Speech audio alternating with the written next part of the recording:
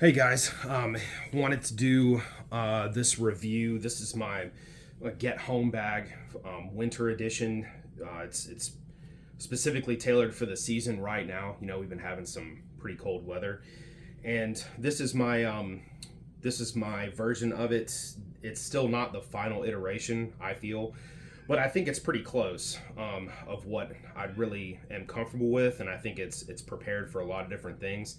The methodology behind it, I tried to keep it down to my commute specifically, so you guys know that I go back and forth over the bay, and wanted to be prepared for that. Hey, buddy, what you doing? Wanted to be prepared for that. So I guess I'll go ahead and get into it. The first thing is the bag. This is an Everly Stock High Speed 2. This is a cool bag. I love everything from Everly Stock. They come highly recommended, and I have a few of their products, and really enjoy the quality of them. There's some design flaws I think with this bag specifically, and here lately they've done a overhaul of their design of kind of like what they're trying to do, I guess, as a whole, and they're trying to make things more modular and more streamlined. So a lot of the stuff that they've designed in the past, it's either vastly different from what it is now to it they just don't make it anymore. So they do still make this bag. Last time I checked, about 2 or 3 months ago.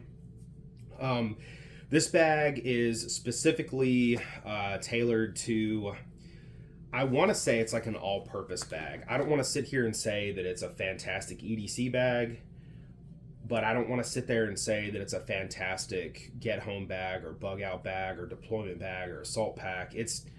I don't think the high speed really knows what it's supposed to be. I think it is kind of one of those things that it does a lot of things well, like satisfactory. I don't think it does a few niche things amazing.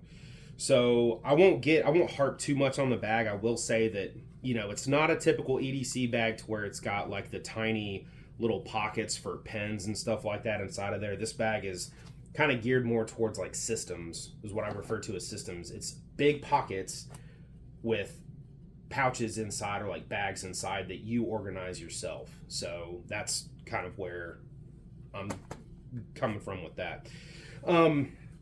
It's a standard bag, so it's cool. It's got some molly right here. I think it's kind of useless.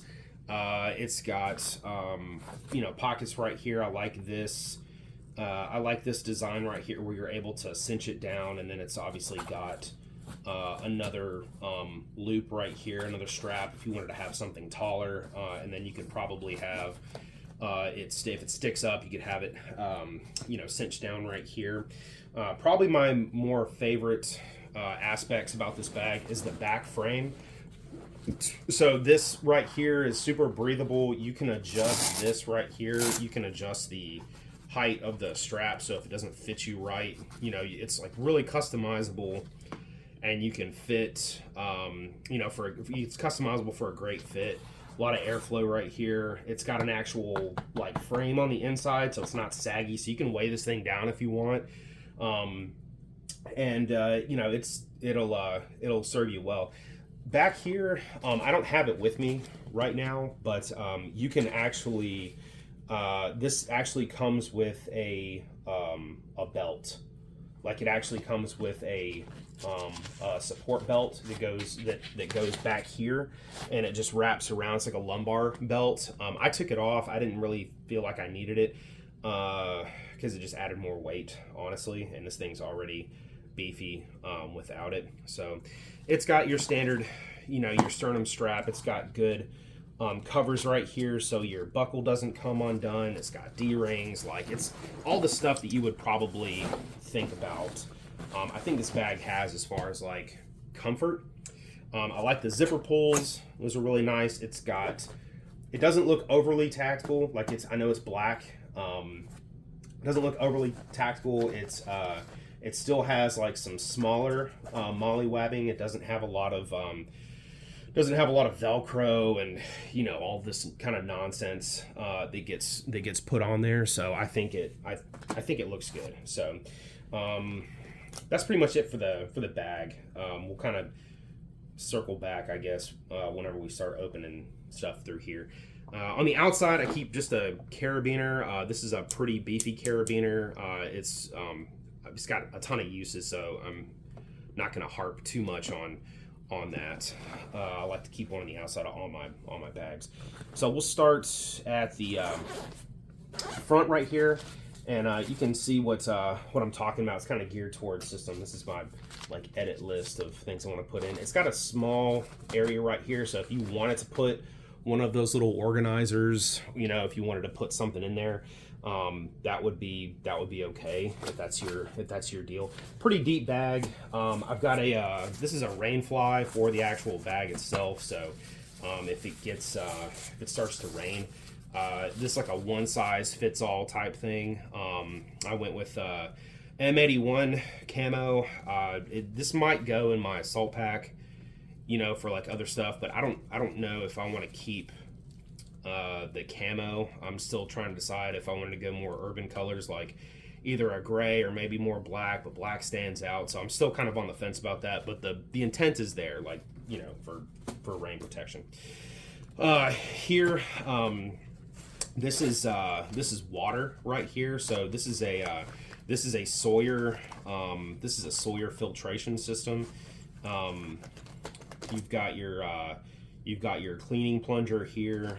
This is that's different right here. So you've got the actual filter, you've got the bag, right here, and you can, you know, store extra water. On the outside of this bag, I'm still looking for a stainless steel water bottle to stick on the outside of this so I can boil water. I just haven't got around to doing it. And then on the inside here, I kept these Noon hydration. They're like tablets. These are really cool. They've got great reviews, and a lot of people really liked them. So I decided to give them a shot, and just to kind of add some extra, you know, hydration to there in case you start to sweat a little more profusely. But water kit right there. It's good to go. Let's see. Here, okay, so we've got rechargeable solar panel with the cables to go with it. So solar panel, and it's got a flashlight on there too. This one just like an Amazon buy. A lot of people had some pretty good reviews from it.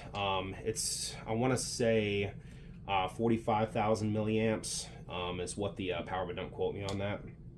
I like the fact that it doubles as a flashlight, and the fact that you can charge the pack in the sunlight whilst charging your other stuff. So I think that's a good kind of buy out there. And then I got some chem lights in here. I always keep my chem lights wrapped up because I don't want them to degrade in the sunlight. Of course, they're inside of this bag right here too, so they're not, you know, getting any UV contact. But wanted to keep some chem lights in there just for extras to have. I'm sure I might be able to put some extra, maybe some other different like electronics in here, or maybe some I don't know, maybe some other cables and stuff. But for right now, I think this is appropriate. It's just the charging port, right, or just the charging pack. So I think that's fine. This one right here, I may edit this too. I've got an Odin Wolf knife right here, so it's got a ferro rod right here, and then it's got a knife sharpener right here, and it's a nice knife. I've actually used it teaching my kids Girl Scouts, and was able to show them some cool stuff to do with it. So, you know, it's proven, so that's one good thing.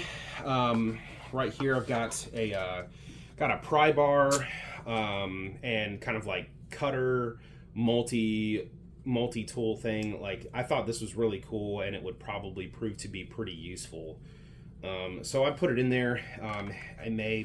I may take it out, I don't know, but I wanted to have at least a pry bar, because those are way more useful than, since I've already got something to cut here. That was just kind of like an extra added bonus.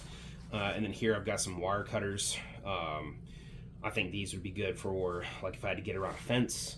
Nothing too heavy duty, but something that could definitely help out and make a difference if I'm trying to get to an area that I can't access well, or it would require me to expend more energy to get around. Didn't want to waste that energy. Just better to go on through instead of going around and taking the long way. So that's the front part. Like I said, lots of space, right through here. So there's a lot of different things that go in there, but that's the first part right now. All right, move on to the other part right here. This is kind of like an essentials kit. It's got other things in here. So right now we've got it's like a big dry box. I've got some electrical tape in here, some regular matches, some stormproof matches.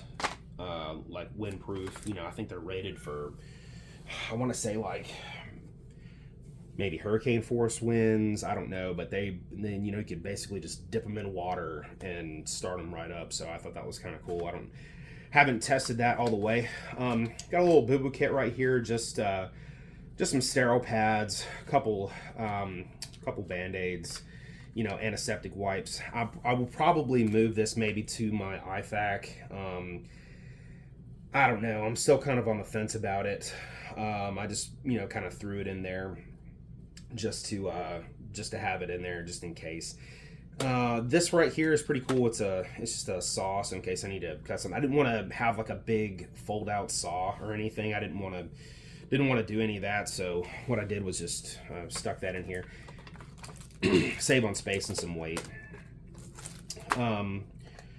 Here, this thing is cool. It's like a little survival kit that I found off of Amazon. It had some pretty cool reviews.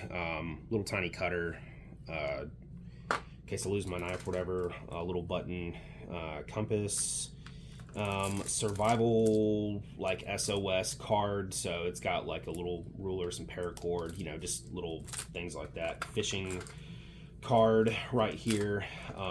Another ferro rod / like little multi-tool. Ruler. This for like, it's got a mil scale on there for maps too, which I thought was cool. And then all of this is just fire tinder. So in case I've got to, stay someplace overnight. The idea behind this is obviously to get home as quick as possible. That's kind of the methodology behind it. It seems pretty obvious and pretty standard for anyone making one of these bags. But you're trying to find a good balance between, stuff that you need, stuff that you don't need, and minimizing weight and bulk and all of this stuff. You don't want to take the the whole house plus the kitchen sink with you, but you don't want to be stuck in a position where you're royally screwed because you forgot one thing that you didn't want to take the time to carry. So it's just kind of, you're using that judgment to figure out what it is, what's not. And asking you guys, you may see something that I don't. So cool little dry box. Even though I've got the rain fly, I wanted to keep this in here. I may just move it around, I don't know, but I think these are some pretty essential items, so I figured they were the most important to go in the dry box. So there's that. In this little pack right here, I've got it has like an internal storage right here, like a little zipper. We'll just go ahead and take all this stuff out, lay it out right here. Okay, so food, some snacks. I still need to get a little more. You can't just survive off a pack of pistachios and a thing of and like a meat stick. You can't do that. So I'm gonna probably put a couple more snacks in here. Maybe get some Skittles or not Skittles. Maybe get some Sour Patch Kids or something like that, because you need a little morale boost, and having that sugar is good for you in small doses. Right here I've got some dude wipes, because man, taking a dump out in the woods or anything like that, you got to be able to clean yourself up, at least wipe your hands, wash them off, whatever. If you got like dirty water around, at least you can rinse your hands off and then clean them with this. So Got some dude wipes there. I made this up. This is a cool little, just kind of like a cool little survival lanyard. Got a CPR mask here. I have a glass breaker right here, plus seatbelt cutter. You know, in case, because I've got this always in my truck, man. I really have a fear of, you know, being caught in the tunnel and that stupid thing starts to fill up with water. I know that's a really niche kind of crazy fear, but it really is. And you guys know what I'm talking about. Or getting run off the bayway or the causeway and, you know, finding myself in the bay and, you know, the water starting to pour into my truck. So I know that's very, very niche and very unlikely, but, you know, it's better safe than sorry, I guess. Rescue whistle in case you get stranded somewhere. This is a petcock valve wrench, so you can, in case I need to get some water and I'm stuck in the city for whatever, you know, godforsaken reason, I can open up several different valves with this and use my water kit. So, you know, just some kind of like a quick access for just little tiny items. And so I thought those were pretty good. Like I said, I know I'm going to need more food. That's just kind of where I'm at right now with this iteration of the bag. So, all right, I'm going to move on to the, let's see, the larger compartment. And this is probably where things will start to get slightly controversial or slightly hairy. Okay, here I have a micro rig. This is my kind of like self-defense slash toolkit. So this micro rig is it's a Haley micro rig from Haley Strategic, and it's got their dangler on there too. We'll start from the outside. Well, first of all, the rig is great. I love this rig. It's super comfortable and it was cheap. I got it, I want to say, like on a Black Friday sale or something like that, and you know, it was a really good price, and man, you can tell just the quality it's just there. Like, you pick it up and, you know, you feel the material and stuff, and it's impressive. Right here, I've got a multi-tool, you know, pretty standard. I don't think any kit should be without one. This is, I think, a staple, so I don't really need to harp on that too much.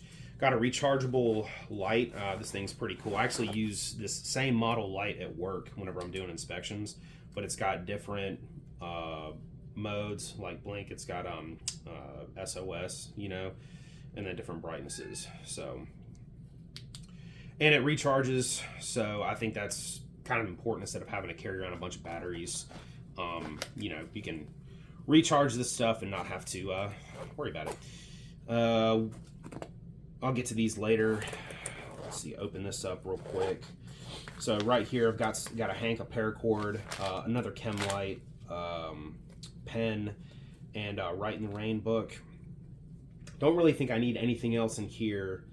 I think this is pretty good to have everything, you know, accessible right here up front. This pen, I like these pens because they're all stainless steel, and outside of writing well, it's a good, you know, kind of get off me tool there. And then right here, I got a headlamp right here that's also, I think it's rechargeable. If not, I think it's a AAA, so I might get a little Velcro AAA placard to put right there. And then here, this is your standard IFAC stop bleed kit, a couple pairs of gloves, some gauze, quick clot, Israeli bandage, and then a tourniquet right here. So that's pretty standard. I think I don't plan on getting like a giant firefight, but hopefully, you know, I'll be able to, you know, if I get hurt or whatever, that'll be able to stop whatever I run into, but, you know, you never know. Okay, these right here, 2 21-round mags and 2 17-round mags. I know that seems like a lot. I've been thinking about possibly keeping these two here and then moving these to reduce weight. I haven't really decided yet, because That is the one bad thing about this bag, that it's this bag is beefy, and if I had to I haven't weighed it, I think it's about 35 pounds, which typically a lot of people would kind of clutch their pearls and think like, man, that's really bad for a get home bag, because you want it to be light. You're trying to get home as quick as possible. But there again, I would much rather have something and not need it than need it and not have it. And I try and reduce that. I try to keep that mentality, but also reduce and not get crazy with the amount of stuff that I bring with me. So, Haley rig, absolutely love it. It's fantastic.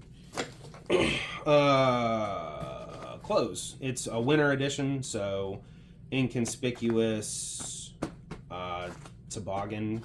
Shout out to JH Wright, my old job.